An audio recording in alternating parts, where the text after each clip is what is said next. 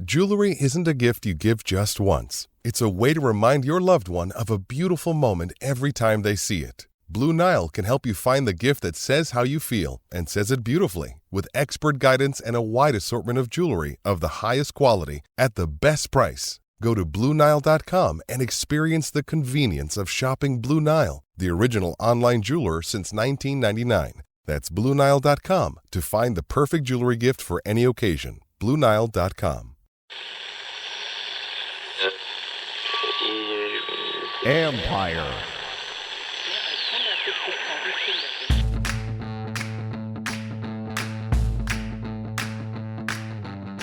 Hello and welcome to my podcast. Do me a favor, subscribe to the John Carmen Report wherever you get your podcast. You're watching on YouTube. You can find us there as part of Empire Media. That's AMPIRE. Always much appreciated when you tune in. Don't forget, you can always read my work on ESPN.com. I'm going to have a story up on ESPN.com going inside the hire of Dan Quinn.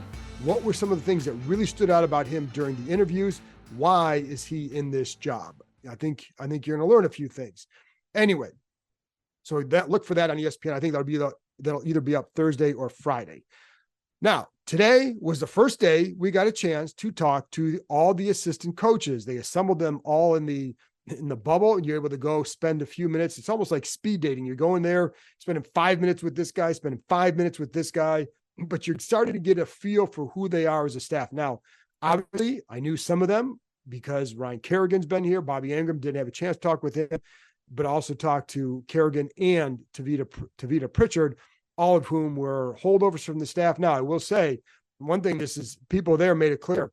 They weren't retained. They were rehired. They were not going to stick around just because they maybe were under contract. They're under the same contracts now as everybody else. So they got extended to where all the other assistant coaches came in. So it wasn't a case of, just keep these guys around, because they had to basically interview for the job and they had to go get it, and they did. So they're all here.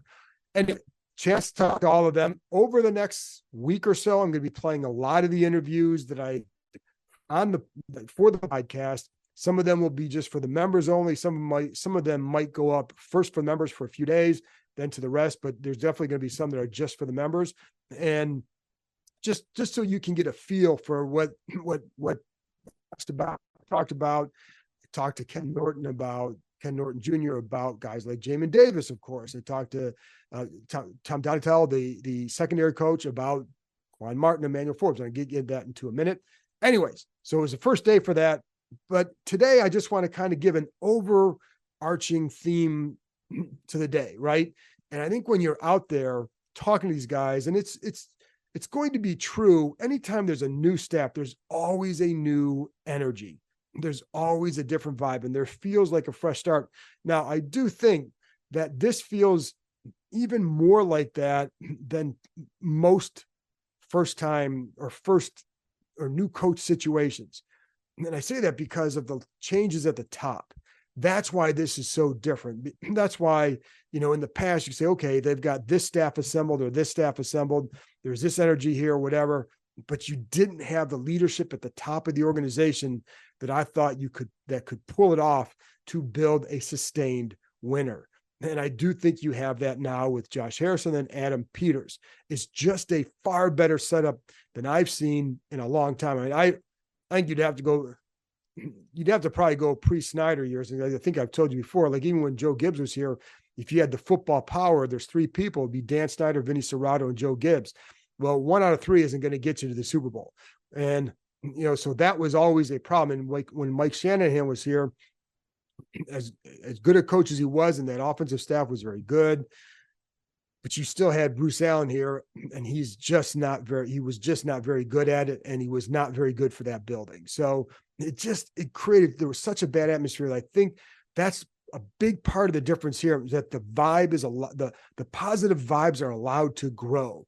When Rivera came here, this was such a toxic place, and it was still in that toxic, I wouldn't say mindset, but it was just toxic. And it was like that throughout. So when you're in that building, that can just suck away your energy. That's all gone. That's why this has a better chance for success, just because like that is the fresh start this place needed, and you can feel it. Now, there's no guarantees for when the season rolls around that it's going to be dramatically different. I don't know. I do think they have a good staff assembled. I do like the energy. I like the setup. You still got to get the quarterback right. That's going to be a big part of this equation for how quickly they can get to that point where you can build. But I think if you can build it right, then you have a chance to sustain success because of the way I think it's being built and because of how this organization is now structured. So, that's one of the things that stands out. That stands out just from being around there, talking to people, but also being around these new coaches. And again, like anytime there's a new staff, you're going to have that. There's that feel like, oh, hey, maybe this staff can do this and can do that. But again, the organization was always going to have a hard time with it. When the Shanahans got here, Mike Shanahan had a great reputation. Again, Bruce Allen, no. But then when they got here, they thought that this was going to be a place where part of the reason they want to come here is they thought the owner was going to spend money. Then they get here and they realize he only spent it on superficial things, just on the players, which is okay. Well, no, it's not okay, because if you want to build a good organization, you can't cut corners all over the place. And it was more, they felt like it was more designed for the owner to show, just to, it was an image thing, right? And you can spend on this, but it wasn't always spent wisely. And they cut corners so many places, or they weren't doing well in other places. And that just slips into the organization and brings people down. When you're trying to change the entire building, it definitely can take a few years. And I know you've heard that before, but it hasn't changed. It hasn't changed enough. So this is going to be an ongoing thing, but I do think the initial steps have been good. And you talk to a lot of these coaches, of course, they're going to bring up Dan Quinn as a guy like Nick. He's authentic and he's what they thought he'd be. So all those, they're going to hear the hosannas for that. And that's part of what was going on today as well. I mean, he's their new boss. They came here for a reason, but there are guys here who definitely wanted to come here just because of that. And, I think one of the things too, that I think is important here, and the more you look into things and dig into things, is how important it was for Dan Quinn, he took a few months after Atlanta because he got fired during the season. It wasn't by choice, but he took advantage of that time. The reason why he changed his defense was probably because he took that time off, or he had that time available to him, so he could then dig into things. If you go if you go from one job right to the other as a head coach, or, if you get fired on January 8th and 2 weeks later, 3 weeks later, you're a defensive coordinator somewhere else, you don't have that chance to maybe self-scout the way you need to. So one thing that gave him the chance to do is evolve as a defensive coach. And that's why he ditched a lot more of that Seattle cover 3 that he used, and he started going more split safety, some more quarters in Dallas, and it helped him evolve as a coach.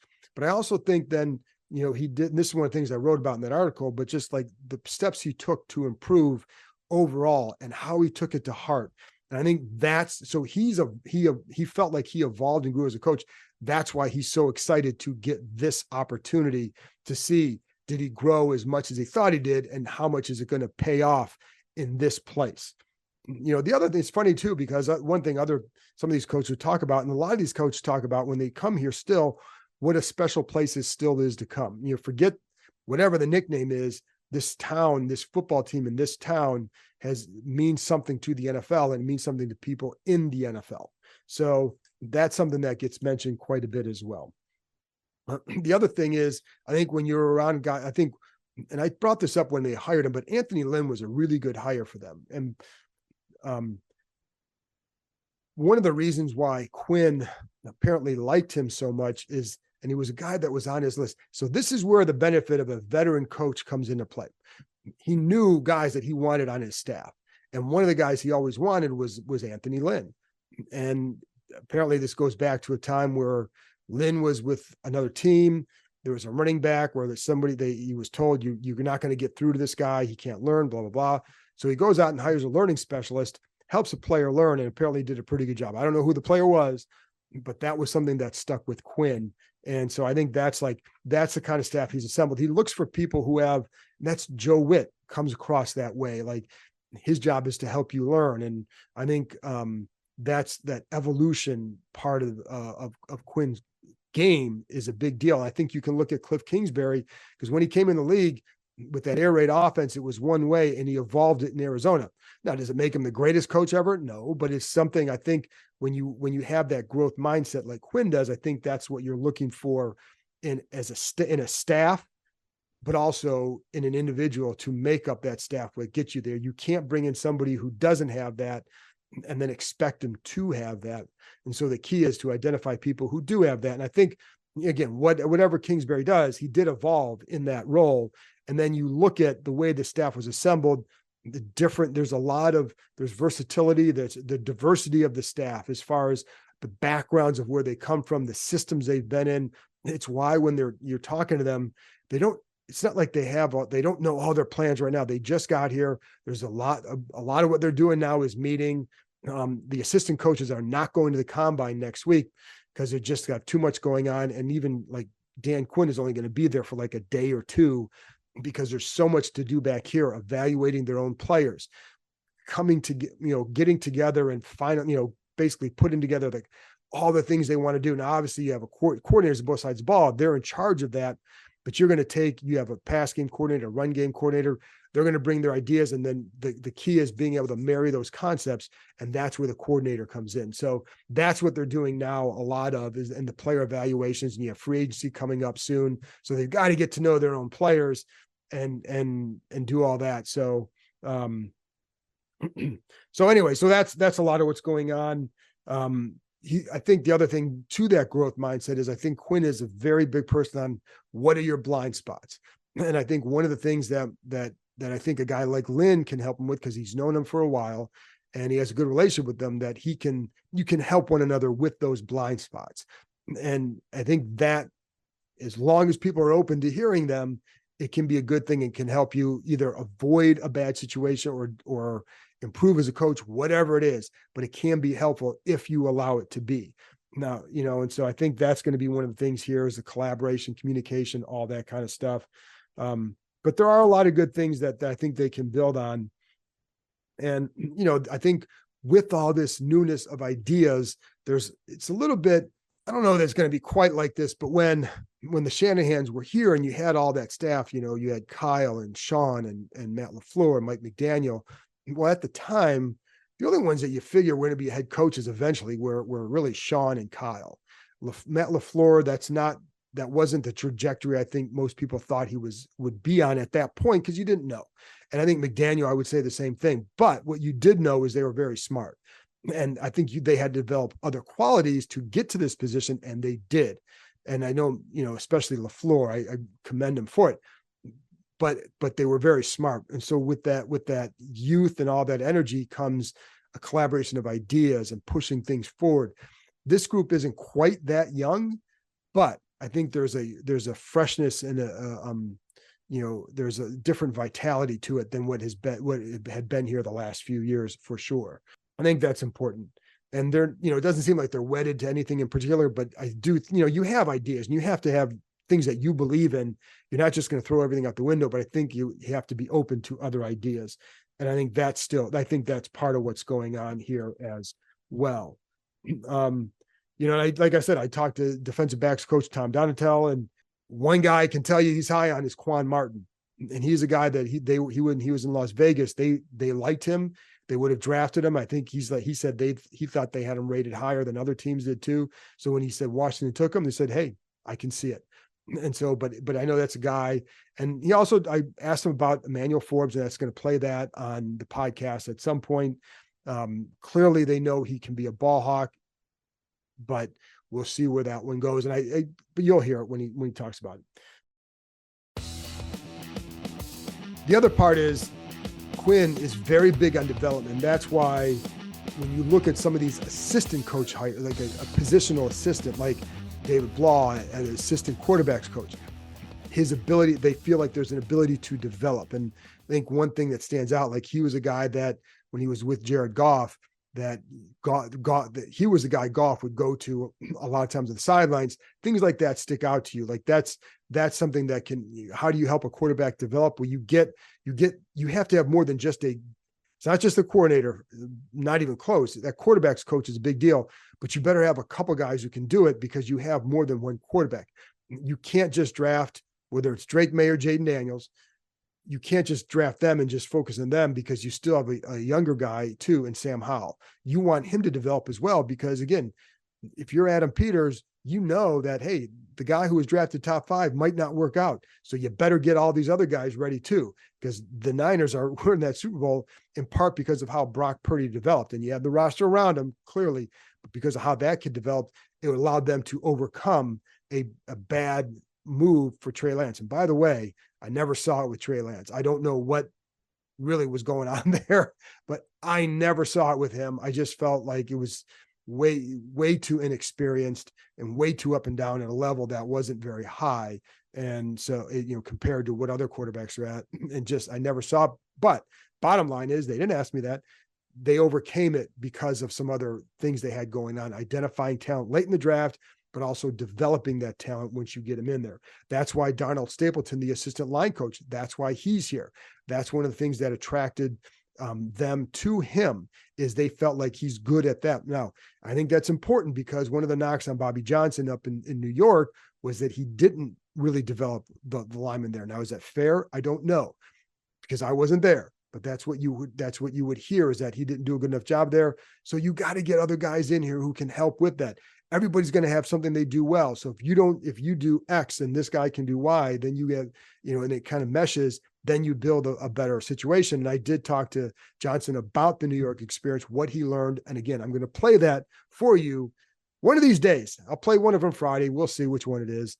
And then we'll go from there. But you're going to hear all that. And because I was curious, like, what happened there and what did you learn? That's always a big thing. So, because there's a lot of things we don't know if you're not on the inside, and sometimes from the outside, you hear one thing and you realize later it's another, but that was a knock on him. And that's why Darnell Stapleton is here so he can help develop guys, whether or not they view Johnson the same way. Clearly they hired him. They feel he can do something pretty well, but this is where having this guy can be a big help. Anyways, all this being said, is it just means this is a fresh start, and it feels like a legitimate fresh start.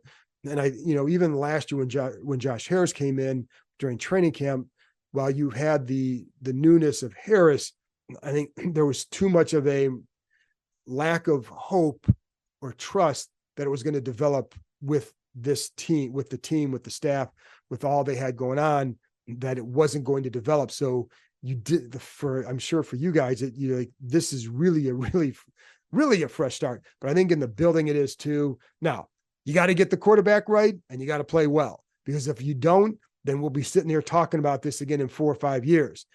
But I do think that's different than it has been. And, is it going to be, like I said, I don't know. People keep asking me like how aggressive they'll be in free agency. And is this going to be you got to go all to win right away. And, you got to get them back right away. I don't think that's their approach. Now, you may go out and sign guys for a good chunk of money. You're going to probably sign somebody with a big name and all that. It doesn't mean that they've abandoned a certain approach. They have money to spend. They have holes, and there are guys that are going to be attractive that they can afford. But it doesn't mean that I think they're going to try and just spend and try to build it all in 1 year. It doesn't work like that. And I think this is a smart group that understands that. And I think one of the things is that what they want to build is not just a first-year winner, but it's a sustained winner, which has not happened here. As you well know, dude, I've been covering this team for 30 years. It's never happened for me. It never happened under my watch that they've had a sustained winner was winning, having 2 years in a row with a winning record. That's been the sustained success here. It's ridiculous. But I think this group has a better chance to do that if it comes together the way it has started to early, and if you get the quarterback right. Anyways, that's it. Those are my first impressions. And like I said, I'm going to be playing all these interviews throughout so you can hear some of them. I wasn't able to get to every coach I wanted to, couldn't get to Brian Johnson. We had about 45 minutes and he was able to sneak out while I was talking to somebody else, but I did get a few of them, and I think you'll be interested to hear all of them. So that's it, folks. Appreciate you tuning in, And I'll be back on Friday with another episode. So I'll talk to you next time.